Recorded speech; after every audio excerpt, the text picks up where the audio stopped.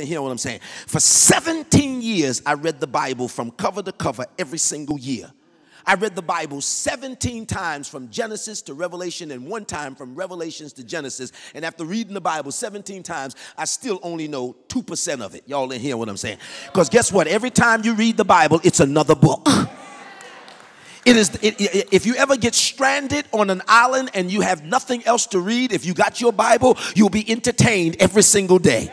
Because there are things that God is holding from you until it's your time for him to reveal it unto you. And supernaturally, he taught me how to read. And then he taught me how to memorize the word of God. And as he began to carry me through different storms in my life, he was building me up because he wanted to give me a testimony. And a testimony is not thanking the Lord for your life, health, and strength. A testimony is not quoting words of a song. A testimony is an undeniable experience that you've had with God in the past to sustain you for any present or futuristical difficulties. A testimony is data and proof that the God that brought you out before will turn around and do it again.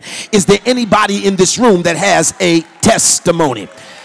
A testimony is designed, glory be to God, for you to go through pure hell. You'll go through 10 years of emotional and mental breakdown, 10 years of financial crisis, 10 years of marital problems, 10 years of relational issues. And in the 10th year, God will set you free and then bring somebody to you that's going through the same thing. And you'll give that person your testimony and they'll get set free in 10 minutes from what it took you 10 years to go through.